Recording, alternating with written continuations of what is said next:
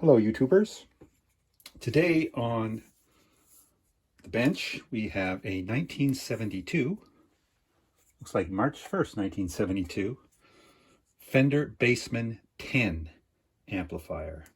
And this belongs to a well-known guitarist who backs up a popular singer. And he says it used to work and now it doesn't work. So we'll have to track that down. It has obviously had some work done on it. We can see some solder joints there. And however, it has the original electrolytic capacitors. So these cathode bypass caps, these Mallory's here, and our bias supply caps here are original. And if we turn it over and look under the doghouse, which I've already removed, you can see these original Mallory caps as well, and they are dated 1971, 48th week of 1971. So that makes sense. So these are the original caps, and the date codes on the transformer is hard to read. 1972, third week on that one. And this one, if I can get some light on it, 1972, fourth week. Okay, so that all makes sense. So these caps here, might be sweating a little bit. No bad leaks. But, oh, you can see some beginning of some bulging there and there. So once we get this working, I'm going to recommend that those caps be replaced. All the electrolytics in this amp should be replaced. So anyhow, let's get it up on the Variac without any tubes in it and see whether the power is working. Always good to remind yourself of the polarity when you're changing caps. And, you know, this one is tricky. These are all configured this way with positive up here, and this one is reversed. So these two are in series rather than parallel. So we have to watch that. So we're running the amplifier with a dummy load attached, but no tubes. And I'm running it through a current limiter, a Variac, and an isolation transformer. And we're just going to see whether we can get some voltage out of the transformer. We're going to bring up the supply. Oh, turn her on. We're going to bring up the power supply slowly. And yeah, already I'm seeing the voltage there, because it's a solid state rectifier in this amplifier. And we're up to 370, 400 volts, 455. There's no load on it, of course. So 498, yeah, so that's fine. And let's see whether we have a bias voltage. Negative 42, perfect. So that part's working great. We'll throw some tubes in it and see where we go from there. Well, we have the amp hooked up to a signal generator and an 8 ohm 12-inch speaker in this case, and seems to be working. Try all the different inputs. Volume, master volumes, everything's fine there. That input fine.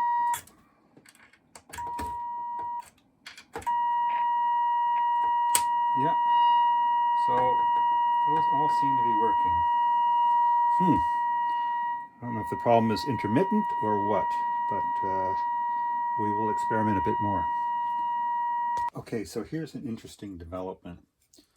So the amp tests fine when it's on a current limiter. If I take the current limiter off and I run it on the Variac, it's going to be fine until around an input of around 75 volts AC. And then you're going to get that crackling. It's always pretty much the same thing. Now, typically, that's a sound, at least that I associate with the carbon composite 100K plate resistors. Now, in this case, I have replaced those with some equally inaccurate modern carbon composite resistors. Some people like the look and the mojo, so we kept that. And that has not resolved the problem. So the second thing that can be is a cold solder joint somewhere. So what I've discovered using my little chopstick is it's associated with this large 7-watt power resistor over here. So, and these, in particular that one. So what we'll try doing is we'll try resoldering those joints and seeing if that solves the problem. So I was wrong. The problem wasn't this power resistor. In fact, it was a dirty power tube socket. So I've cleaned that, and now the amp is quiet as can be. So there you go. Easy fix. So one last thing to do now. I'm going to, let me turn that off. I'm going to be replacing this hum balance circuit with a bias circuit. So we'll be actually making the bias adjustable there. Very common mod to these Silverface amps.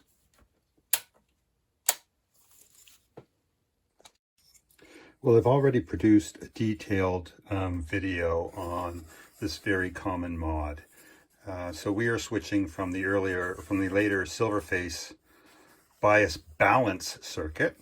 So this is taking your negative bias voltage and it is splitting it between the two power tubes. And we're changing from that circuit to the more famous blackface circuit, which allows you to actually adjust the amount of negative bias voltage, which is then split evenly between the two power tubes. So, it's a matter of removing this capacitor and this resistor and then switching around the wiring here and then changing this 100K resistor to 220Ks. And anyhow, it's pretty straightforward. I'm not going to go through the details. I'll put a link to that earlier video that I did, but let's get at it.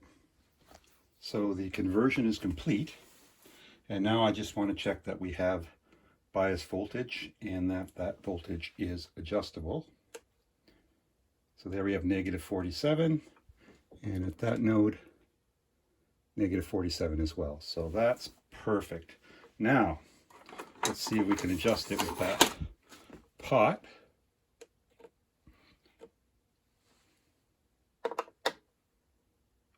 Sure enough. Yeah, so we've got movement in both directions. So that's great. Okay, so next we have to calculate the proper bias. And the owner has indicated that he would like the amp to be biased slightly hot. So I'm thinking about a 70% plate dissipation. And the tubes that are in there right now are Sovtech 5881s, which are 30-watt tubes. So 70% plate dissipation would be 21 watts.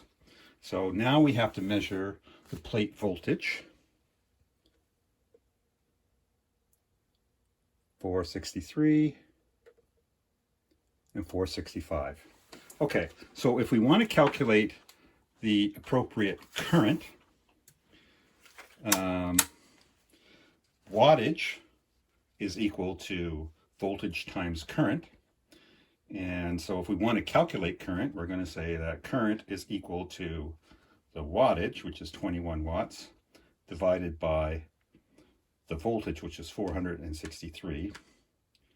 And that gives us 45.35. So we want 45.3 milliamps of current to be operating. So we're going to calculate that because it's easy to measure millivolts across a 1 ohm resistor. And I actually have a bias probe that's going to do that for us. So we'll adjust it so that we have that appropriate amount of negative bias and current. Okay, so we are looking for 45.4 milliamps. I have my bias probe attached, and we'll let it warm up for a bit.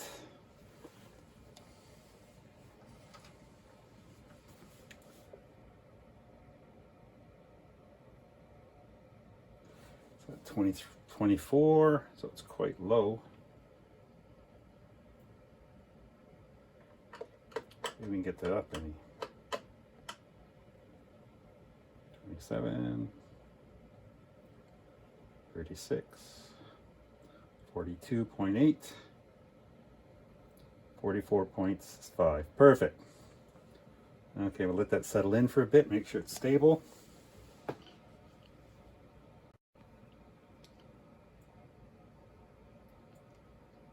There we go, and we will give it a sound test. It's a very spiky sounding speaker that I have. I'm playing through it.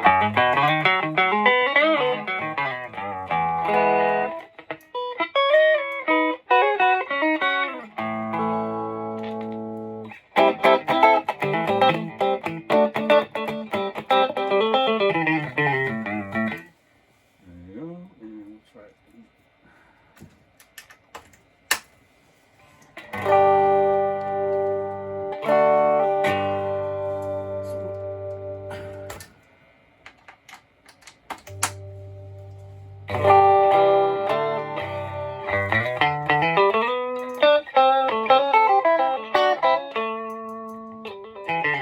Well, anyhow, it works.